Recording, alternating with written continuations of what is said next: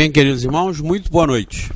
Vamos dar início à nossa reunião, hoje, última sexta-feira do mês, e como sempre nas últimas reuniões de cada mês, nós fazemos aqui uma retrospectiva de dúvidas que vocês apresentem ou que alguém manda para cá para a gente comentar, dando uma oportunidade de, durante o mês, qualquer dúvida que tenha ficado nas palestras, qualquer coisa que tenha sido mal compreendida, ou mesmo coisas que vocês gostariam que fosse abordada e nós não abordamos durante o mês, vocês podem fazer as perguntas para a gente aqui. Se ainda alguém aí quiser fazer alguma pergunta ou lembrar agora, dá um cheguinho lá fora na biblioteca, pega o papelzinho lá, escreve, e aí as meninas mandam para cá e a gente vai fazer os comentários hoje.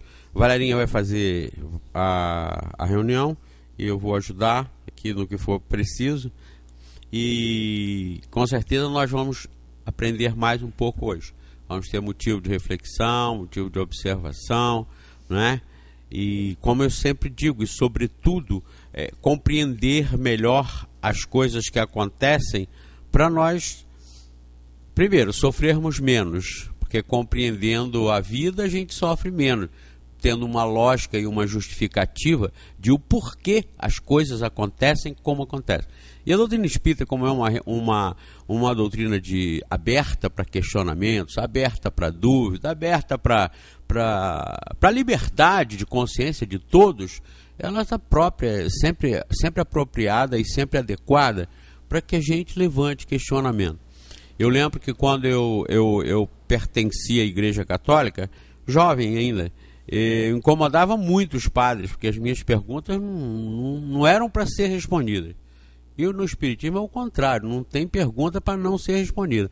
Todas as perguntas têm que ser respondidas, têm respostas à luz da doutrina espírita, que é uma doutrina fundamentada na ciência, fundamentada nos mais altos questionamentos filosóficos. Então, o Espiritismo, como a Valéria disse lá no programa de televisão, o Espiritismo não tem medo da verdade, e é o que a gente gosta e que a gente deva abraçar, essa tese, não ter medo da verdade. Vamos fazer a prece para então a gente dar início, que nós temos algumas questões já formuladas aqui, e como eu disse, se vocês quiserem, escrevam lá e mandem para cá. Queridos irmãos da espiritualidade maior,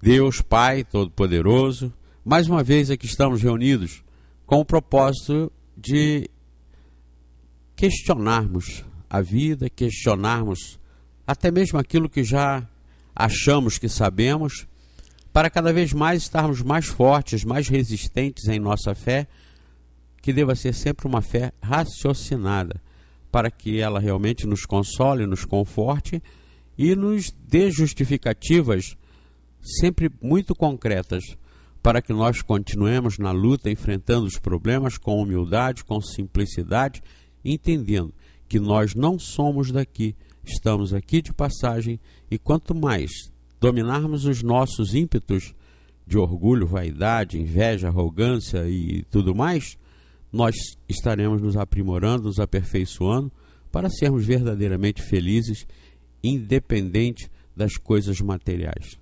Muito obrigado, Jesus, obrigado aos bons espíritos, e que em nome de Deus nós possamos dar por iniciada a nossa reunião de hoje. Que assim seja.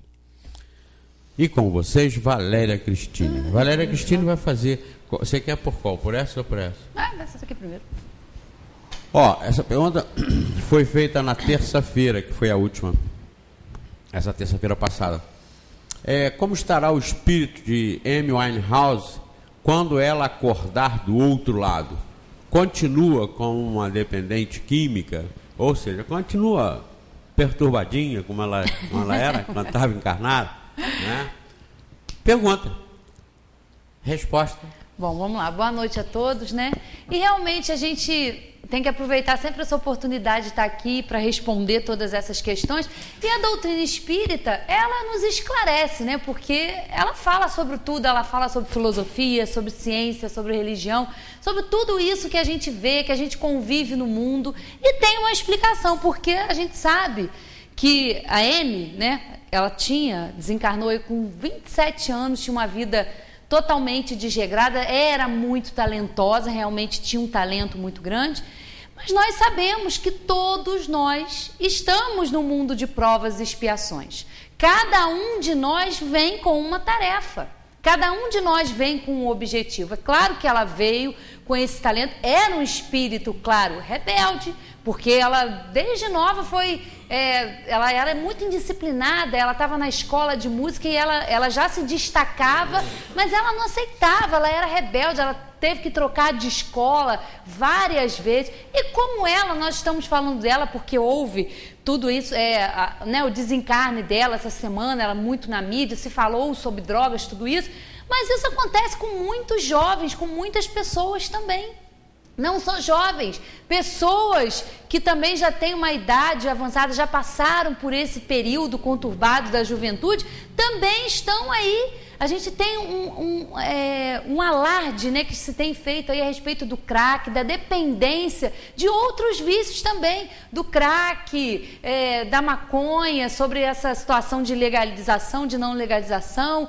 Temos essas drogas aí com efeito devastador, temos uma outra, oxi, a bebida, o fumo, são vícios que nós somos espíritos inferiores, por isso estamos encarnados num planeta inferior, primário, de provas e expiações. E quando nós viemos para cá, o nosso grande objetivo é vencer a matéria, o procurar fazer que o nosso espírito sobressaia, né, faça-se estar acima da matéria, mas é muito difícil para nós. Nós somos falhos, erramos o tempo todo, e ela veio com esse talento, mas ao mesmo tempo o seu espírito ainda inferior se deixou levar por tudo aquilo, teve dificuldades em administrar, né, o poder, a riqueza, que ela conquistou, claro, através do trabalho dela, mas se deixou perder como muitos de nós deixam.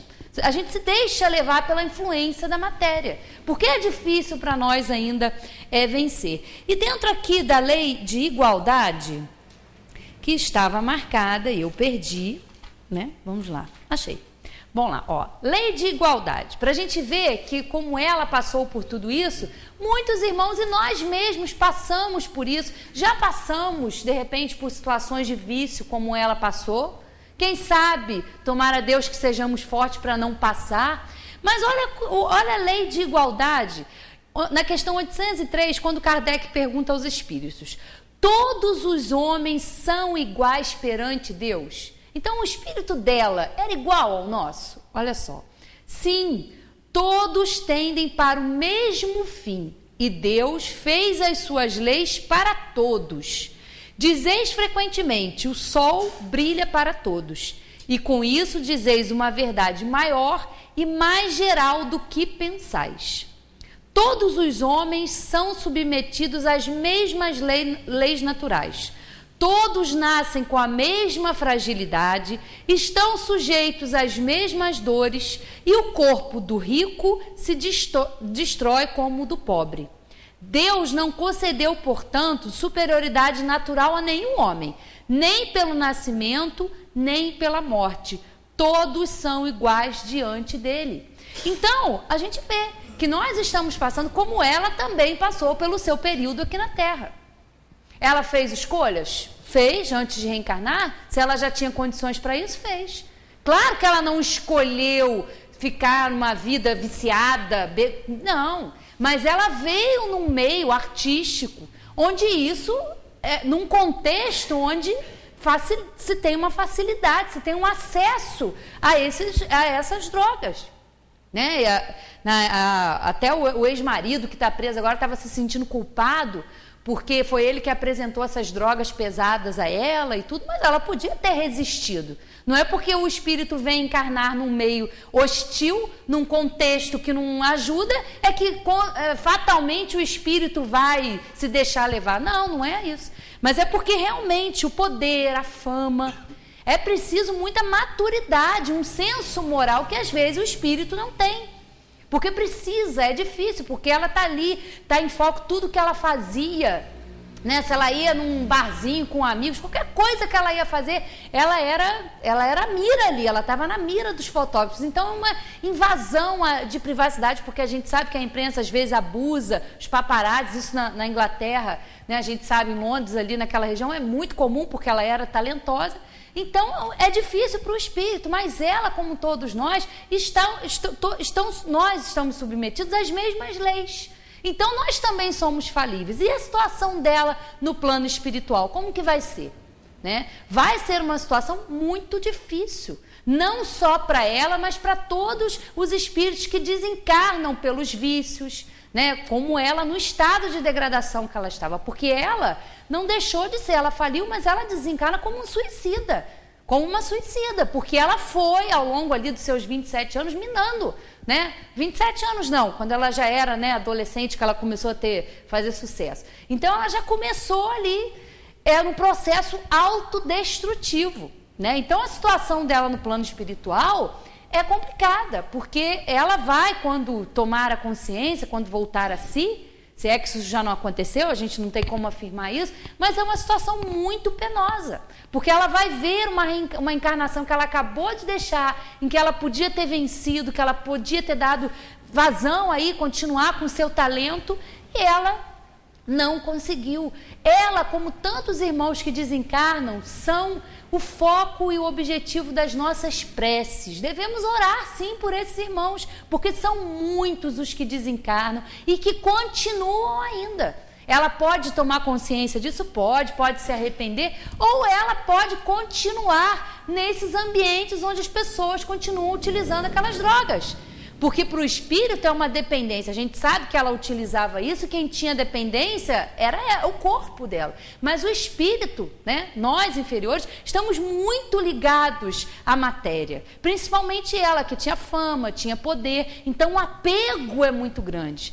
Então, vamos orar para que ela desperte, porque senão ela vai ter consciência e ela vai retornar para aqueles ambientes onde as pessoas usam drogas, conviver com aquelas pessoas que gostam da bebida, porque é isso que acontece.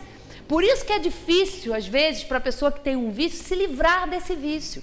Porque não é só o problema da dependência do corpo, da dependência química. A pessoa passa a ter uma dependência psicológica daquilo ali, ela depende daquilo. E também está sempre acompanhada dos desencarnados, que ainda continuam, que desencarnaram por conta disso, mas que ainda continuam ligados a essa influência da matéria pela nossa inferioridade. Então, continuam ali absorvendo aquelas energias ali em ambientes em que isso aí acontece. Então, é uma situação, depende, não tem como a gente saber. Que ela vai ser ajudada, isso com certeza. Mas o quanto ela, quando ela vai despertar para essa ajuda, aí é uma questão individual. Não tem como a gente saber, mas vai acontecer o quê? Não, ela pode continuar querendo ainda, dependendo, sorvendo essas energias dos encarnados? Pode. Como pode também ser ajudada a despertar e realmente recomeçar. Porque todos nós temos as mesmas oportunidades. Todos nós estamos aqui, como a gente viu aqui, submetidos às mesmas leis de Deus, submetidos às mesmas regras. E ela também vai reencarnar. Agora, a situação dela, como espírito, quando reencarnar, pode ser que no plano espiritual ela desperte, ela veja realmente, eu perdi uma grande oportunidade, eu quero vir novamente. De repente, até no mesmo contexto, quem sabe, a gente não tem como definir, porque as situações são individuais. A situação do espírito, quando desencarna, cada um tem a sua, né? Porque cada um tem o seu apego. Nós mesmos, espíritas, a gente acha que só por a gente conhecer a reencarnação que a gente vai desencarnar, ai, que beleza! Não, não é assim que funciona. Nós precisamos compreender a nossa situação, compreender, estudar a doutrina, porque é através dela que nós vamos entender o que vai se passar com a gente do outro lado. Mas como nós vamos passar, depende de cada um de nós. É uma questão individual, como a gente trabalha essa questão do desapego, como a gente entende isso. Então, quer dizer, a nossa situação futura no plano espiritual depende do nosso entendimento hoje, né?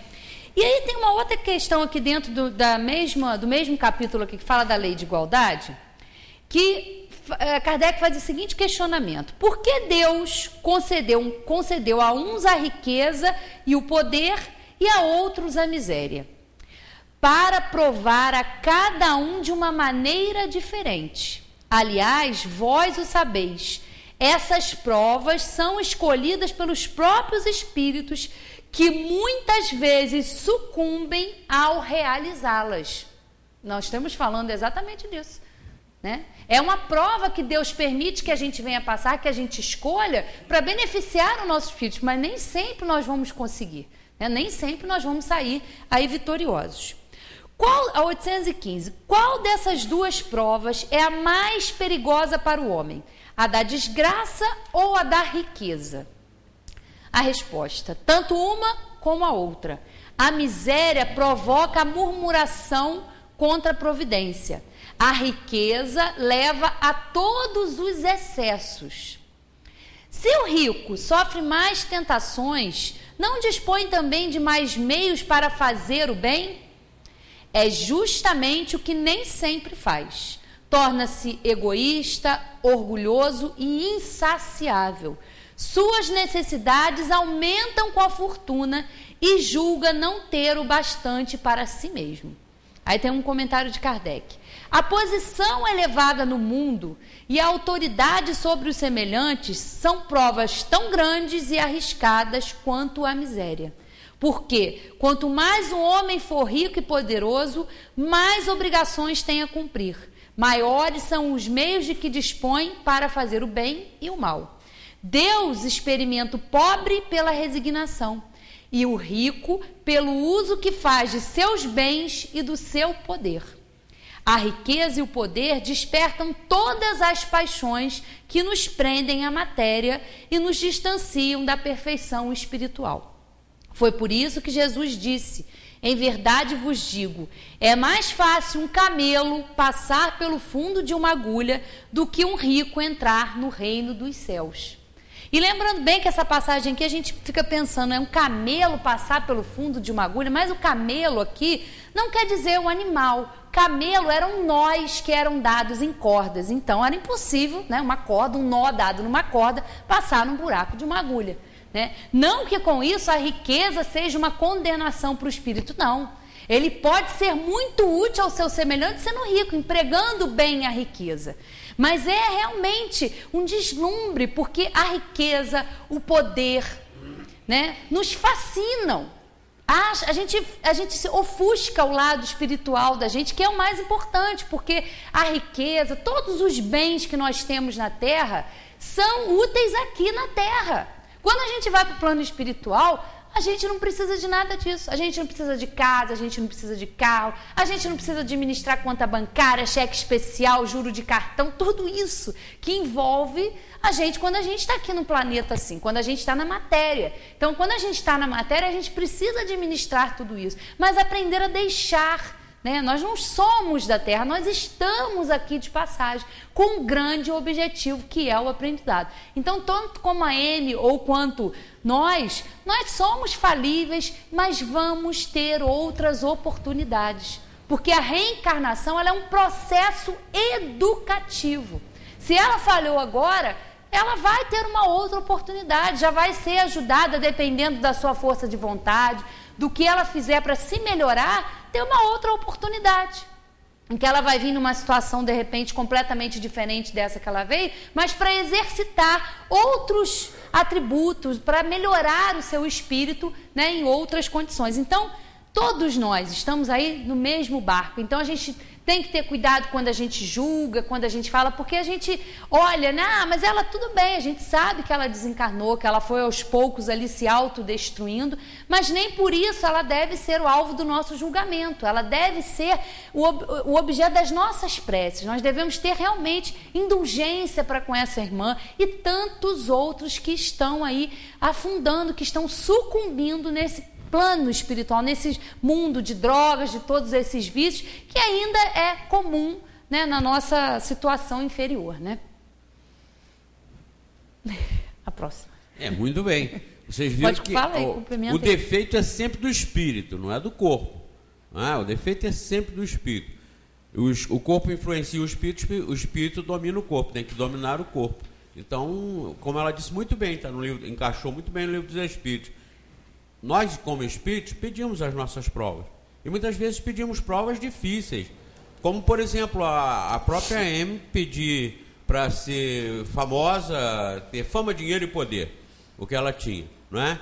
E desenvolveu a sua capacidade de composição, de artista. Ela foi concedido. Mas como ela disse, é mais fácil o camelo passar no fundo da agulha do que passa. O camelo, segundo lá as tradições da região de Jesus, quando ele deu o exemplo, era difícil passar esse cordão numa agulha, que também não era essa agulhazinha que a gente nem enxerga direito. Já uma vez a pessoa não estava conseguindo passar a linha na agulha e eu não estava vendo a agulha. Você imagina, eu estava no óculos, não sei se o óculos já estava meio passado, eu não via a agulha. E a pessoa estava tentando passar a linha no buraquinho da agulha. É difícil, né? Mas não significa que o rico esteja condenado. A riqueza é uma prova. E ela vai ser, se bem utilizada, não é que o rico vai pegar toda a riqueza que tem e dar para os outros. Mas ele tem que pegar a riqueza que tem e fazê-la produzir, em favor, inclusive, dos outros. Aqui em Friburgo nós temos pessoas que fazem isso. Recentemente, agora, tivemos um exemplo da Stan, não é? Que investiu no Hospital Raul Sertan para atender o povo em geral. Então, são pessoas que sabem, como o Francisco já fazia, como o Renê já faziam, que foram os fundadores da Stan, pessoas que pegam a fortuna, pegam o poder que tem, o dinheiro que tem, a capacidade que tem, e não só eles têm para eles vivem bem, como eles fazem com que todos vivam bem dentro das possibilidades. Então, são provas que podem ser bem-sucedidas. Mas a tendência, como nós somos espíritos ainda inferiores, a tendência nossa, com fama, dinheiro e poder, é afrouxar a corda, é afrouxar o negócio e partir para o lado material mesmo. Como está muito bem esclarecido ali, a Valéria abordou muito bem. São provas difíceis. A miséria, o sofrimento, a pobreza é difícil, mas a riqueza também. Aí eu acho a riqueza mais arriscada. Porque enquanto a miséria aperta e faz você te lembrar de Deus, ele não tem muitas outras saídas. A riqueza não. A riqueza o sujeito acha que resolve todos os problemas. Resolve todos os problemas. Não precisa parar no sinal vermelho, não precisa estacionar no lugar permitido, estaciona em qualquer lugar. Enfim, eles são os donos do mundo. Isso complica, isso é difícil, é muito difícil. Por isso que do lado de lá a gente não pede, dificilmente a gente pede a riqueza. A gente pede as dificuldades normalmente. Como eu já disse para vocês, que ele mata a charada com o exemplo que eu dou. Quando vocês vão fazer um curso, um concurso, vocês procuram um curso para aprender as matérias. Mas qual é o curso que vocês vão procurar? O mais fácil? Aquele que tem uma aula um dia por semana ou dois? Não, vocês vão procurar um curso que tem aula de segunda a segunda. Estuda sábado, domingo, estuda 20 horas por dia e dorme 4. Aliás, bota um DVD, um sonzinho para escutar a matéria dormindo. Então, quer dizer, é esforço, é sacrifício. Você se submete àquilo para passar no concurso que você quer, para ter uma ascensão na vida, não é isso? Quando nós estamos do lado de lá, nós enxergamos diferente. Nós vemos que a gente vem aqui não é para ter bens, é para conquistar valores que vão agregar a nossa alma. Então, quais são os cursos que nós vamos pedir? Os mais fáceis, os relaxados? Não, nós vamos pedir os mais difíceis. E os mais difíceis, normalmente, são aqueles que nos vão levar às dificuldades sociais, materiais. Isso é que vai mexer com a alma. Isso que vai mexer com a alma. Então, tanto uma quanto outra situação são importantes e são entregues ao Espírito, para o Espírito se virar e resolver o problema. Amy Winehouse vai voltar, e com certeza muitas vezes, pode voltar e continuar desenvolvendo esse trabalho dela e tentando não fazer a mesma coisa, porque não é só ela, muitos jovens artistas, não é? Que têm essa faculdade de música, principalmente da música, como no setor dela, são muito induzidos a ter uma vida irregular. E normalmente morrem, são vários até, por acaso os 27 anos, né? Uhum. Por acaso os 27 anos marcaram a vida, a etapa de muitos desses grandes cantores, desses ídolos aí da humanidade, porque não conseguiram suportar. E é difícil. Se nós nos colocarmos no lugar deles, imagine, a gente com 27 anos, no mundo de hoje, lá para trás talvez fosse mais simples, menos complicado, mas quanto mais as ofertas do mundo vão se fazendo na vida, aí mais complicado fica o jovem, principalmente, passar bem por essa etapa da vida. Muito, muito complicado, muito complicado. Mas é o mundo e é a oportunidade. Essa é uma explicação da doutrina espírita. Porque os outros não explicam. Os outros não explicam. Acabou, morreu, bom, terminou. Ou, se for ateu, acabou, apagou. E se for crente, como espiritualista, como todas as religiões, normalmente vão definir isso como céu ou inferno. No caso dela, talvez inferno. E acabou. Não se discute. Mas em espiritismo a gente discute, com certeza. Muito bem, pequena Valéria, vamos lá agora o seguinte. Pediram para você explicar o que é ser médium. Médium, vamos lá. Bom, médium, na verdade, todos nós somos, né? Todos nós somos médiums. Nós temos aí, até porque cada um de nós tem o seu anjo da guarda. Cada um de nós tem um espírito ali que está por missão. E eu, às vezes, fico pensando, árdua missão, né? Porque, imagina, do jeito que a gente apronta, né? Então, eu, às vezes, até costumo brincar que se tivesse uma reunião, né, de espírito, de anjos da guarda, né? Imagina ali na hora de um cafezinho, imagina eles trocando informações do que a gente apronta, né? Tipo, um comentando com o outro, olha, eu tô quase pedindo para sair, né? Tô quase pedindo para deixar aquele protegido, porque ele me dá muito trabalho, né? As informações, e a gente realmente dá. Mas são espíritos, né? Brincadeira à parte, que assumem essa tarefa, essa missão por amor a nós, porque eles são superiores a nós, eles sabem, né, como nós somos limitados, mas estão ali com todo o amor, com todo o carinho, a nos auxiliar. É aquela vozinha que a gente escuta, daquela intuição, quando a gente está fazendo alguma coisa que não deve, aquela espetadinha que a gente tem assim na consciência, é a voz dele nos falando, não faça isso, olha o caminho que você está escolhendo. Eles não interferem, é bom que isso seja esclarecido. Eles têm a tarefa de nos auxiliar, mas eles não interferem no nosso livre-arbítrio. Eles sabem, claro, superiores são, né, estão acima de nós, eles sabem exatamente o que é bom e o que não é, mas eles não interferem, eles sugerem, olha, faça isso, mas a escolha é sempre nossa. Então a gente tem essa comunicação com ele, com outros amigos. Então todos nós somos médiums, temos essa capacidade de nos comunicar, de ter esse intercâmbio com o plano espiritual. Mas há pessoas em que isso é mais desenvolvido, que a mediunidade ela é mais ostensiva. São os médiuns videntes, que veem os espíritos, os audientes, né, os que desenvolvem, através do estudo, da educação mediúnica, a comunicação através da psicofonia, que é através da fala, ou através da psicografia, né, que é quando ali o médium está recebendo aquelas informações ali do espírito e está ali transcrevendo. Né? Então o médium é esse, mais especificamente é esse que tem essa mais ostensiva, que pode ou não, porque a mediunidade ela é uma faculdade, ela pode ser desenvolvida ou não.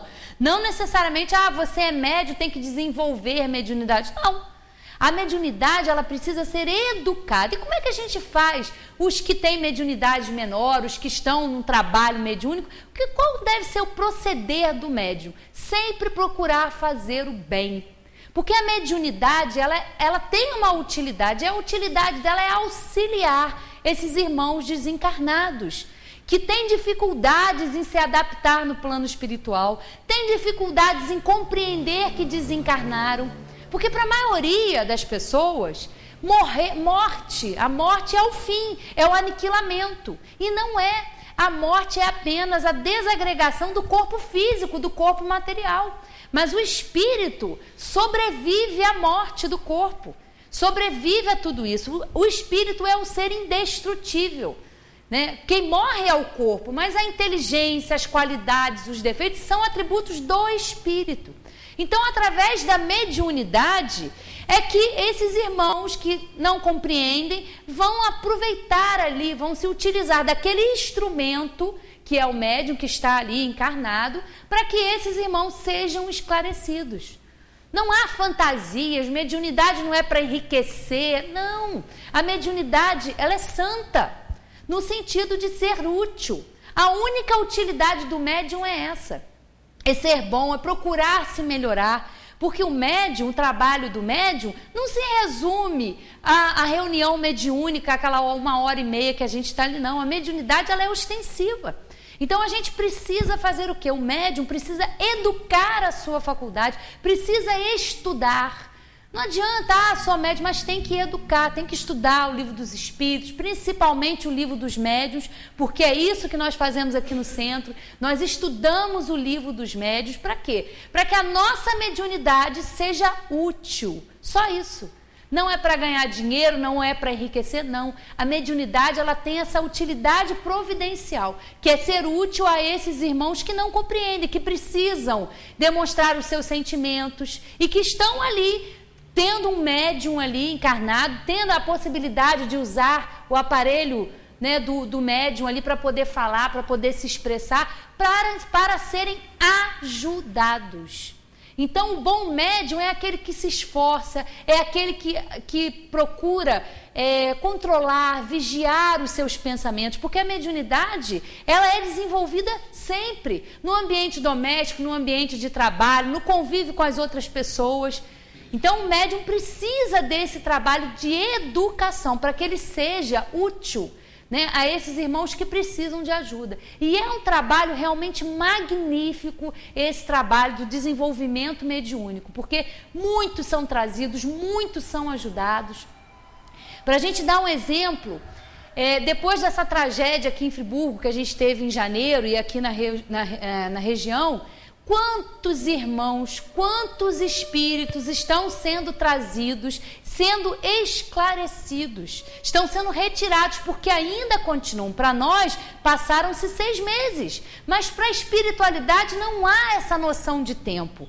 O tempo é medido por nós, os minutos, as horas, os dias, os meses, os anos, é uma contagem da terra. Para eles não, o sofrimento para eles é muito forte e eles continuam nesses locais pedindo ajuda e são trazidos na reunião mediúnica, não só aqui no centro, mas em outras casas também, que são sérias, que se comprometem com esse trabalho, para serem ajudados, para serem esclarecidos.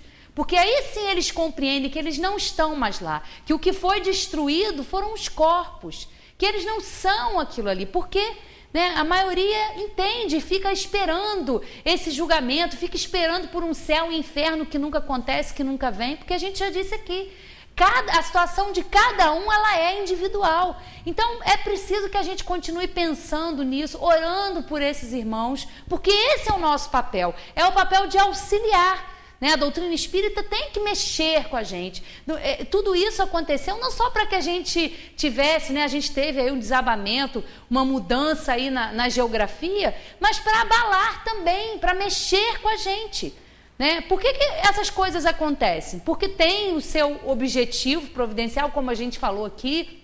Os flagelos destruidores, eles servem sim para alterar não só a geografia, não só a física do nosso planeta, mas também para mexer com a gente, para também fazer com que a gente faça desmoronar o preconceito, faça desmoronar o egoísmo. Né? Quantas demonstrações nós tivemos de afeto, de carinho, de fraternidade nesse momento. E é o que nos une, porque a dor, ela nos une.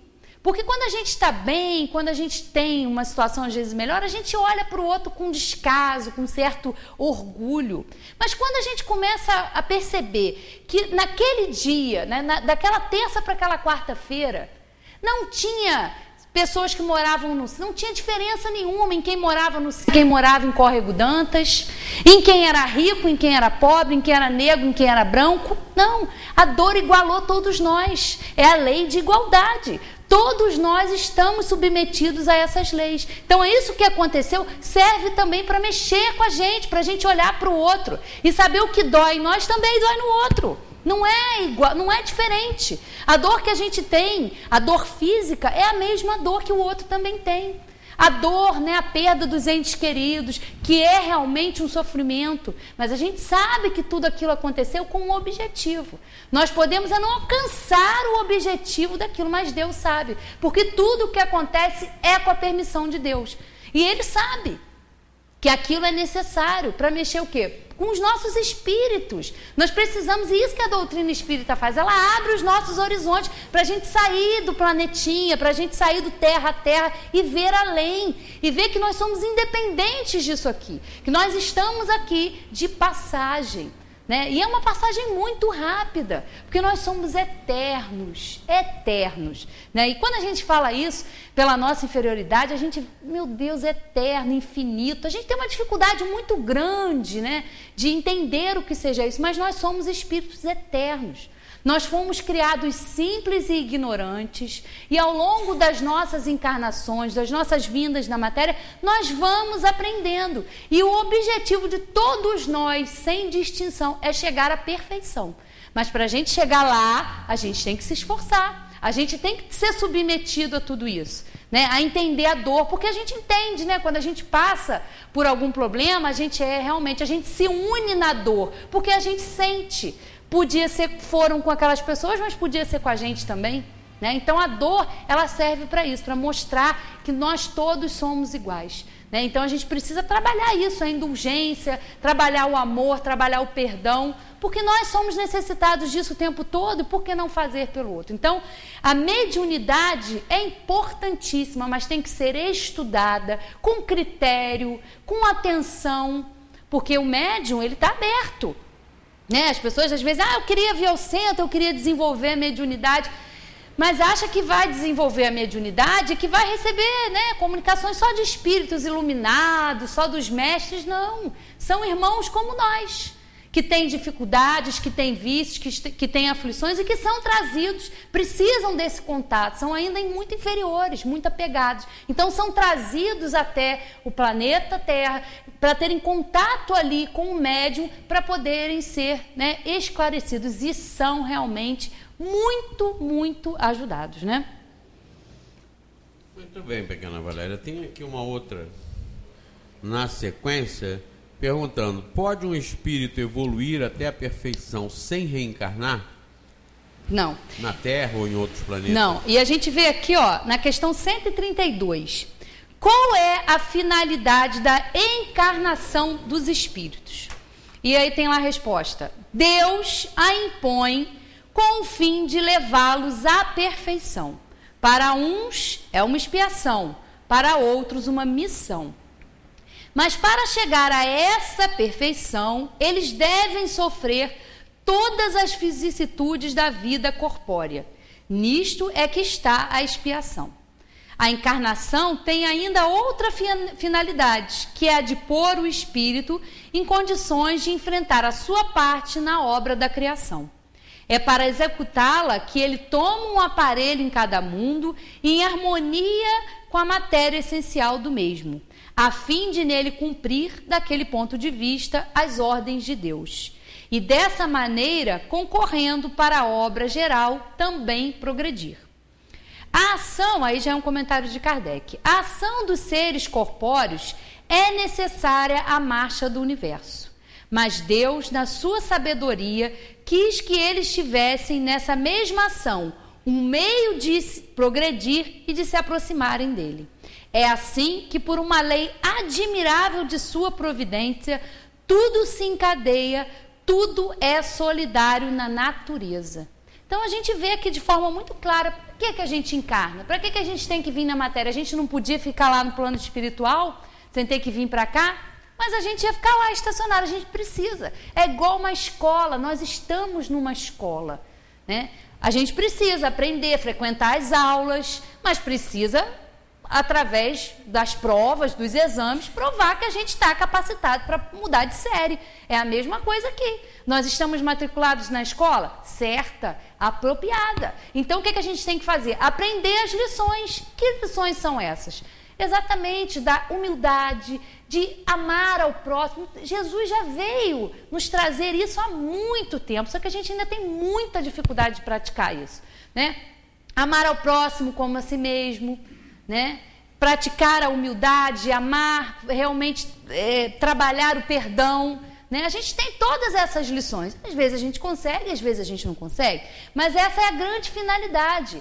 Nós estamos submetidos também à lei do progresso, que é uma lei divina. Tudo progride, nós vamos progredir espiritualmente e o planeta também vai progredir. Quando nós progredirmos, vai ser um planeta melhor, porque a gente fala, a gente quer mudanças, a gente quer tudo de bom, mas a gente se dispõe muito pouco a ajudar a ficar tudo de bom, né? É igual o exemplo que até na quarta-feira a gente estava citando aqui, que a Jane, uma irmã nossa, falou da propaganda, que eu até já citei aqui do trânsito, que passou uma vez, uma propaganda tão interessante, devia passar mais vezes, né? sobre a propaganda do trânsito, uma campanha que eles estavam fazendo do trânsito, para a pessoa apontar o que ela achava de errado no trânsito. As pessoas não respeitam, o motorista não respeita o pedestre, ele ultrapassa a faixa. As pessoas que usam moto, os motoboys não respeitam. E foram perguntando a várias pessoas o que elas achavam que eu devia fazer. E aí volta, mas o que você está fazendo? Qual é a sua parte? O que você está fazendo para mudar o trânsito? Aí um que deu a entrevista estava parado em fila dupla, o rapaz de moto com um capacete no braço e a senhorinha atravessando fora da faixa. E ela ainda falou assim no final, isso não vai aparecer não filma isso não.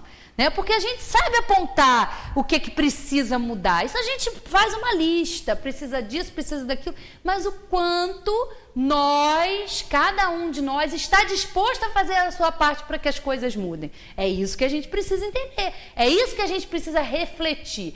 Eu quero tudo de bom, mas o quanto eu estou disposta a fazer para que tudo fique bom, para que tudo melhore.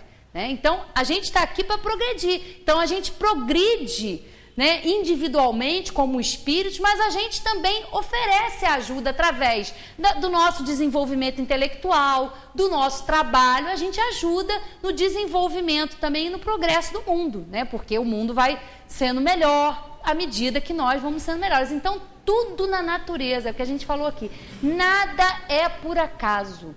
Tudo que acontece na nossa vida tem o seu objetivo de ser. Nenhuma dor, nenhum problema, nenhuma aflição, nada é por acaso. Nada, absolutamente nada. Tudo tem a sua razão de ser, mas visando sempre o quê? O aprendizado. Visando sempre o espírito, porque esse é o principal. O resto vai tudo ficar aqui, a matéria vai ficar, mas o que nós vamos levar, não, isso é nosso. Isso ninguém nos tira.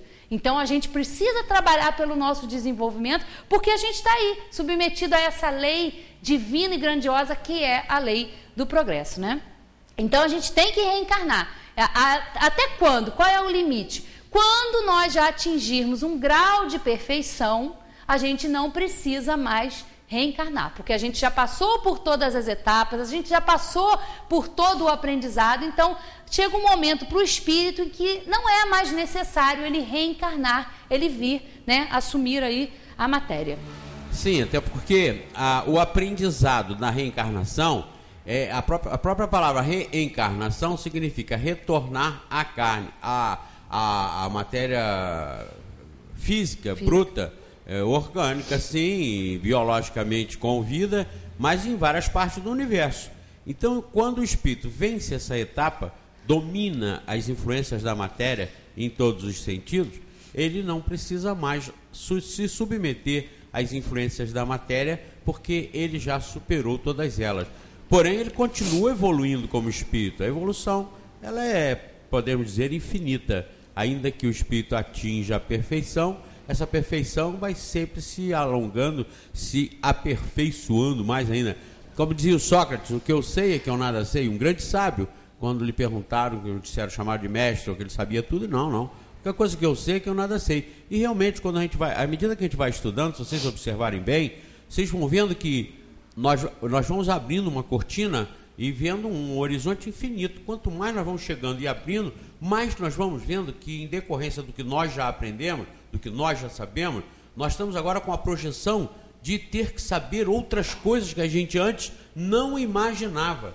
Então, quando a gente não tem informação nenhuma, instrução nenhuma, a gente é bem cego. Então, qualquer um palmo para a gente é uma viagem. Mas à medida que a gente vai descortinando o conhecimento, a gente vai vendo que o conhecimento é infinito.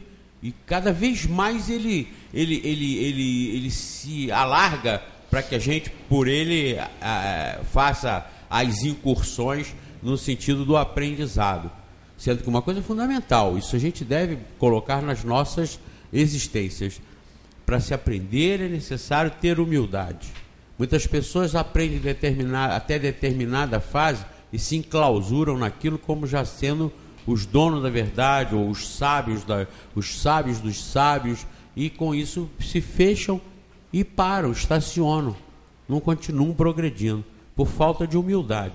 Então a humildade é essencial no aprendizado, é essencial.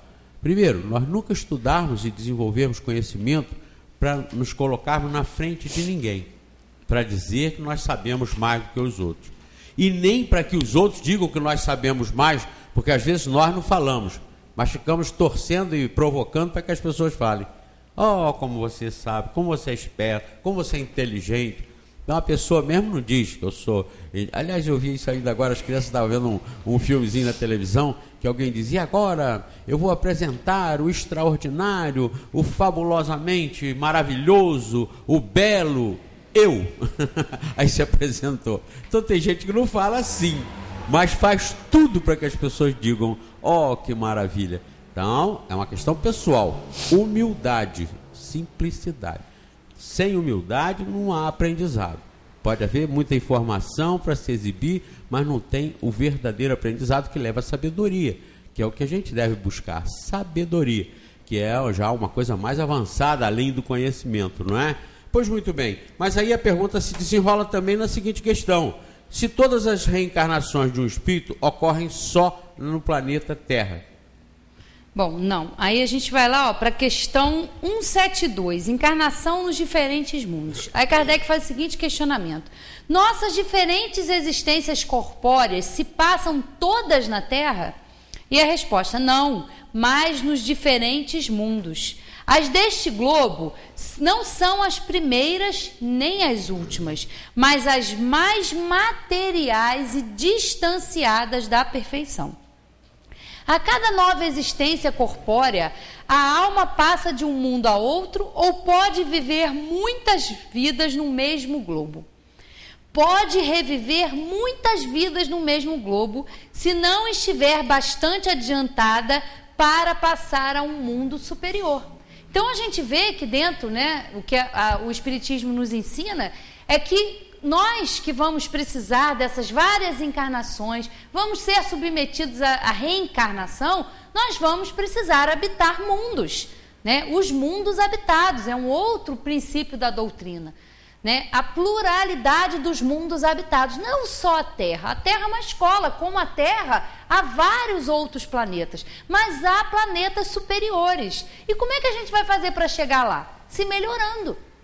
Se a gente está aqui nesse momento, vamos procurar fazer o dever de casa, vamos procurar fazer o melhor possível, porque se a gente quer estar num planeta onde o mal não prevaleça, que nem a Terra, nós temos que merecer estar lá. Não é desejar, claro, a gente quer muito estar lá, né? Nos mundos, a gente estuda, nos mundos, né, onde o bem prevalece, onde não há disputas, né? E a gente também, essa semana, estava conversando na reunião mediúnica, também falando disso. Como nós, seres humanos, estamos carentes, estamos órfãos, né? E a gente observa isso em pequenos detalhes, né? A indiferença, ela é muito grande nos nossos dias. A indiferença mesmo em relação ao outro, né? É a invisibilidade. Não sei alguém se aqui já escutou esse termo, mas é invisibilidade, né? Há pessoas que são invisíveis, pelas quais nós passamos todos os dias e a gente nem sabe que estão ali. E são muitos exemplos. O porteiro do prédio que a gente trabalha, que a gente entra o dia inteiro e não fala um bom dia com a pessoa, como se a pessoa fosse invisível. Uma pessoa que está varrendo a rua, né? A indiferença, ela domina nos nossos dias, né? Ela domina atualmente. E quanto é ruim ser indiferente, né? É o que a gente estava falando da dor. A dor aproxima as pessoas, ela faz a gente enxergar o outro, né? A indiferença. Então é bom a gente observar, refletir sobre isso, entrar nos ambientes, cumprimentar as pessoas, dar um bom dia, porque às vezes um bom dia pode transformar um ambiente de trabalho onde as pessoas já chegam mal-humoradas, né? A gente pode fazer a nossa parte, né? Na caminhada, a gente estava falando de caminhar, né? Eu estava até dando um exemplo. Zé, que essa semana, a gente sempre caminha, né? Eu costumo caminhar no country, então a gente sempre passa por aquelas pessoas, né? Tem outras pessoas ali que também caminham ali com regularidade, então você acaba cruzando com as pessoas e você, né, fala bom dia, eu tenho o hábito de passar, falo com todo mundo, com os funcionários, eu acho que é importante, porque eles é que estão ali com a mão na massa, ajudando, transformando aquilo lá, porque foi um lugar também que foi acabado, estão lá cavando com os braços aquela lama daquele lago para poder deixar um ambiente melhor para a gente que caminha, para a gente que passeia e que conhece lá, né? Então, falar com ele. Então, a gente passa por várias pessoas, bom dia. Tem uns que não respondem tudo, mas continuam no bom dia. Aí, eu até estava comentando, um senhor que eu sempre passava, falava, bom dia. Ele nunca respondia. Aí, essa semana, eu caminhando com a mamãe, ainda falei, bom dia. Ele fez um aceno com a mão. Falei, já é alguma coisa, né? Ele não me respondeu bom dia. Aí alguém ainda brincou ainda na reunião médica. Eu falei assim, vai que ele é mudo, Valéria. Eu falei, né? Tem essa possibilidade também. Pode ser? Então ele respondeu já com um cumprimento. Então é a gente que transforma o ambiente em que a gente vive. Com um bom dia, com olhar a pessoa com respeito, com carinho. Né? Olhar, porque todo trabalho é digno, gente. Tem coisas que as pessoas fazem. O varredor de rua, o lixeiro, lida com lixo, com aquele mau cheiro o dia todo. Mas podem ver os lixeiros, aí os exemplos que tem nos dado. Estão sempre aí na algazarra, brincando, falando, e ali numa alegria. E às vezes a gente com todas as condições de trabalho, reclamando, achando tudo ruim, e ele está lá, pegando lixo, lidando com aquilo ali, lixo, com aquele cheiro, correndo risco ali, correndo naquele caminhão, a ponto de ser atropelado, mexendo com lixo. Então a gente precisa observar isso. Às vezes a gente joga um lixo na nossa casa fora, mas tem que pensar, um copo quebrou. Como é que eu vou jogar isso no lixo? Embrulha no jornal, faz alguma coisa para aquela pessoa, quando for pegar o lixo, não se cortar. Né? Isso é destruir essa indiferença, porque a gente tem um egoísmo, né? A gente ainda é inferior. Então é aquele pensamento, primeiro é para mim, né? Eu tenho que ser tudo de bom para mim e o resto eu não quero saber, o resto é que se dane. Não é assim. Todo mundo precisa de todo mundo. A gente precisa do lixeiro, a gente precisa do varredor de rua, a gente precisa do médico, a gente precisa do advogado. Todo trabalho, ele é digno. Nós vivemos em sociedade onde cada um depende do outro. Você só vai comer lá, vai na feira, vai comprar, você vai comer uma bela salada se tiver a pessoa que está lá levantando de madrugada para arar aquela terra, para ficar lá na dificuldade, para plantar, para levar até a feira onde você vai comprar. A gente não é independente, a gente precisa de todo mundo. Todo mundo é importante, cada um desempenhando o seu papel. Então é importante a gente estar ali nessa sociedade, é bom a gente estar entendendo, então é importante cada papel que cada um desempenha.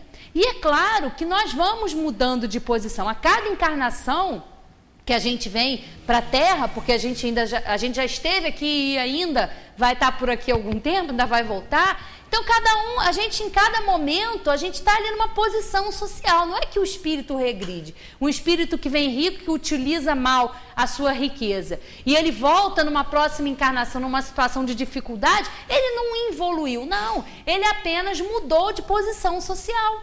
Como a polaridade, né, do sexo. O espírito não tem sexo. O que define o sexo é a matéria. Então, ora nós vamos encarnar em corpos masculinos, desempenhar as funções que são necessárias, e ora nós vamos encarnar em corpos femininos, desempenhando funções que são apropriadas ao corpo feminino, à maternidade.